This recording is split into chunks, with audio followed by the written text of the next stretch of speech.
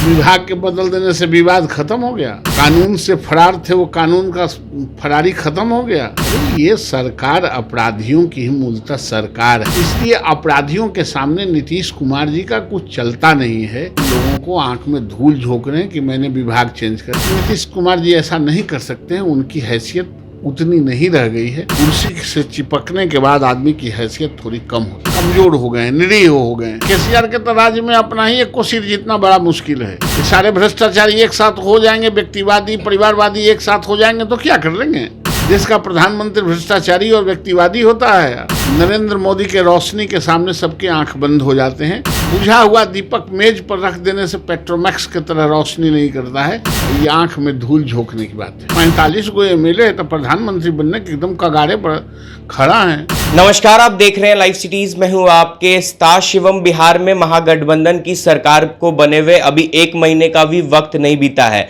उससे पहले बिहार मंत्रिमंडल में बड़ा फेरबदल देखने को मिला है। आपको बता दें कि मंत्री कार्तिकेय सिंह का जो विभाग था वो बदल दिया गया है। ऐसे में इस वक्त हमारे साथ बीजेपी के एमएलसी नवल किशोर यादव हैं, उनसे बात करेंगे।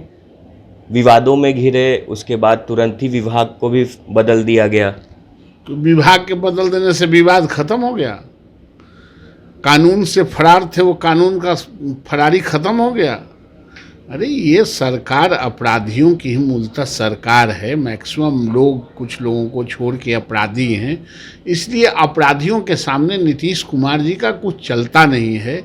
आत्मसमर्पण कर गए हैं भ्रष्टाचारियों के साथ, अपराधियों के साथ, इसलिए उस पर कार्रवाई नहीं कर सकते हैं।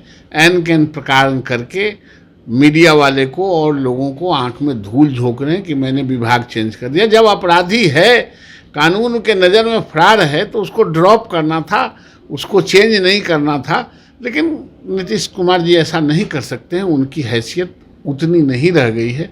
कुर्सी से चिपकने के बाद आदमी की हैसियत थोड़ी कम होती है। क्या लगता है कि मुख्यमंत्री नीतीश कुमार किसी के दबाव में ऐसा कर रहे हैं? दबाव में नहीं, कमज़ोर हो गए हैं। दबाव में तो दबाव उस पर पड़ता है जो मजबूत रहता है। कमज़ोर हो गए हैं, निरीह हो गए हैं। तो कमज़ोर आदमी के सामने कोई आंख दिखा के काम करता है। ये अब उनको इसी तरह लेसरियाना है। 2024 लोकसभा चुनाव से पहले विपक्षी एकता को एकजुट करने के लिए तेलंगाना के मुख्यमंत्री केसीआर आज पटना पहुंच रहे हैं। मुख्यमंत्री नीतीश कुमार और तेजस्वी यादव से वो मुलाकात भी करेंगे। तो क्या करेंगे मुलाकात करके? केसीआर क्या कर लेंगे? केसीआर के तो राज्य में अपना ही एक को सिर जीतना बड़ा मुश्किल है। ये सारे भ्रष्टाचारी एक साथ हो जाएंगे, व्यक्तिवादी परिवारवादी एक साथ हो जाएंगे तो क्या कर लेंगे। देश का प्रधानमंत्री भ्रष्टाचारी और व्यक्तिवादी होता है, परिवारवादी होता है। 2034 तक कोई वैकेंसी नहीं है, इसलिए ये लोग सोचते रहें। नरेंद्र मोदी के रोशनी के सामने सबके आंख बंद हो जाते हैं। भारत को विश्व गुरु बनाना है, इसके लिए नरेंद्र मोदी को प्रधानमंत्री जनता रखेगी ही, और जनता का समर्थन है। ये पेवन जोड़ के बनने वाली सरकार नहीं, ये पेवन जोड़ते रहें।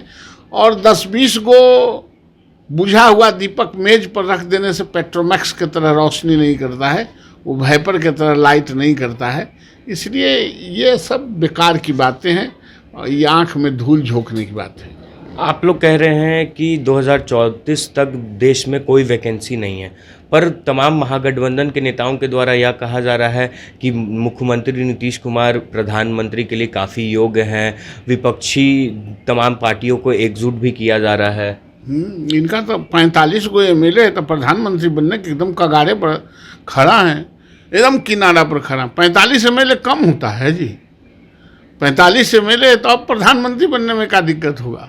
अभी देश में 45 एमएलए और 5 एमएलए वाला व्यक्तिवादी कोई देश के प्रधानमंत्री हो तो 300 सीट लाने वाला कहाँ जाएगा। ये सब बकवास की बातें हैं।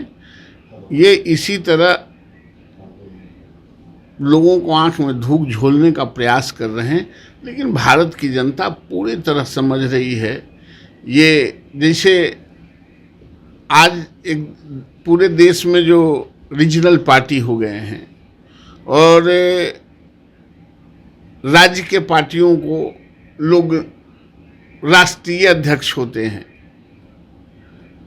पार्टी राज्य का और उनके नेता इंटरनेशनल। तो ये सब कागजी बात है, कागजी लोगों के बस का रोग नहीं है, इसलिए चिंता करने की बात नहीं है। तो चलिए, ये थे हमारे साथ बीजेपी के एमएलसी नवल किशोर यादव, जिन्होंने साफ साफ कह दिया है कि देश में 2034 तक प्रधानमंत्री के लिए कोई भी उम्मीदवार नहीं हो सकता है, क्योंकि नरेंद्र मोदी ही प्रधानमंत्री हैं और आगे भी रहेंगे। बहरहाल अब बने रहे हमारे साथ। अगर आपने हमारे चैनल को सब्सक्राइब नहीं किया है तो जल्द से जल्द सब्सक्राइब कर ले। धन्यवाद।